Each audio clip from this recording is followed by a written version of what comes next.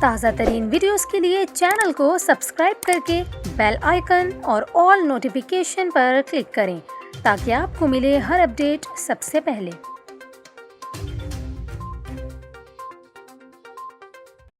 اور ابھی آپ کو بتائیں، سندھ بھر میں 24 گھنٹوں کے دوران 330 افراد میں ڈینگی وائرس کی تصدیق ہوئی۔ صوبے بھر میں ڈینگی سے متاثرہ 330 میں سے 275 افراد کا تعلق کراچی سے ہے، جبکہ کراچی میں ڈینگی سے مزید ایک شخص انتقال کر گیا۔ پنجاب میں ڈینگی کے 401 مریض رپورٹ ہوئے، جن میں 174 کا تعلق لاہور، 115 کا راولپنڈی اور 41 کا گوجرانوالہ سے ہے۔ Chief executive officer health Lahore doctor Faisal نے خبردار کیا ہے کہ اکتوبر میں ڈینگی کیسز میں مزید اضافہ ہوگا، لہٰذا شہری گھروں میں اسپرے کروائیں اور احتیاطی تدابیر اختیار کریں۔ دوسری جانب بلوچستان میں بھی ڈینگی کے وار تیز ہو گئے ہیں، مجموعی کیسز 3442 ہو گئے ہیں۔ محکمہ صحت بلوچستان کا یہ کہنا ہے کہ زیادہ تر کیسز کیچ، گوادر اور لسبیلا سے سامنے آ رہے ہیں۔ اس کے علاوہ خیبر پختونخوا کی بات کی جائے تو وہاں بھی ڈینگی صورتحال بگڑتی ہوئی نظر آ رہی ہے۔